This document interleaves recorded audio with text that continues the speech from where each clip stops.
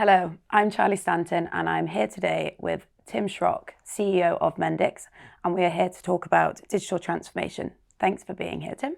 Hey Charlie, yeah, pleasure to be here.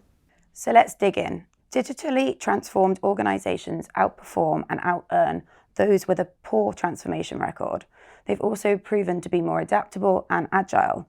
So there's clearly a lot of upside here. But while digital transformation promises significant ROI, it's not very easy to get there. According to IDC, 70% of digital transformation projects don't actually meet their objectives. So with the incentive to succeed so high, why do you think so many transformation efforts actually fail? Yeah, I guess first of all, it's important to understand that digital transformation is an imperative. So a modern enterprise today needs to focus on digital transformation. And what we see because of the pandemic, 97% of the companies are considering investing in digital transformation, and 80% are actually also allocating budget to it. But it's not just a decision about a budget and a technology. You actually have to think about how you think about people, because in the end, digital transformation is all about people and looking at the change management aspect of digital transformation. And so in that context, it's also important that the CEO becomes a pivotal component of that strategy. So the CEO needs to lead from the front with a clear vision. He needs to inspire the team.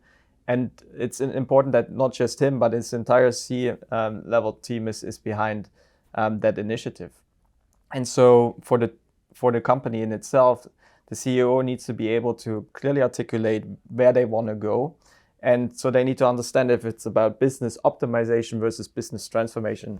And we can dig into that in a second. But what is really important to understand, again, it's not about the technology, but it's really about thinking about your people, thinking about how you want to drive that change management aspect, thinking about what processes you also need to put in place in order to make sure there's a continuous review cycle towards your goals you're setting.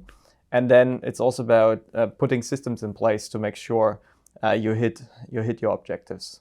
Thanks, Tim. Very interesting. So you need strong leadership and a fully formed vision to get started. So what should an organization's goals be when it comes to digital transformation? In the past, organizations have chased the cost-cutting appeal of operational efficiency, hoping to hit that bottom line. But does that still ring true? Is it all still about revenue, or has that changed? Yeah, I was talking about earlier this notion of business transformation versus business optimization. So in the end, again, starting from a clear vision, what is your objective? What is it what you want to achieve? And if it's about your current business model and actually optimizing that, that is often very much centered around productivity and cost optimization in the first place. So creating more value from your existing business model in the end. But it could also lean towards or go into the providing better experiences for your customers, which in the end could lead to revenue upsell potential as well. So I wouldn't say it's not an or, it's actually a both. But again, it starts kind of with a value-centric statement from which you work basically backwards. On the other hand, about digital transformation is really thinking about how you disrupt your current business model and how you want to launch new products and new services in the end to compete in the marketplace and also to differentiate. And that needs a completely different mindset. And so you also need to make sure you create an environment as a leader or as a CEO of an organization to make sure this is even possible. So it's about changing the way you work in the end. You have to think about shorter budget cycles. You have to think about iterative processes, but you also need to create that environment where people can actually disrupt your current state. Brilliant. Thanks for that. So final question. You do this every day. You're leading Mendix through continual change and perpetual disruption, but also no small degree of innovation. So what kind of advice or insight would you like to share with your counterparts at other organizations who are struggling with transformative change? Yeah, it's really about understanding in which environment you're operating. I mean, there's this term of hyper-connected enterprise, but I feel like this is an important element, understanding how different stakeholders are actually contributing in the end to your success. So what we've done from a Mendix perspective is really taken an outside-in perspective. And it's not just about the customer value. This is obviously the leading indicator. How do we derive more customer or more value for our customers?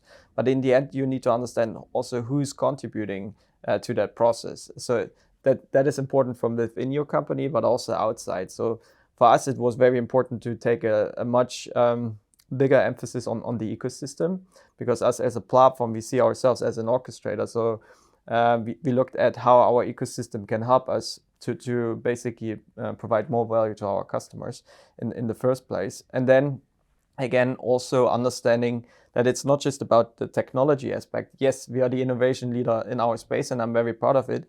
But I was also looking into the expertise we provide to our customers in the end.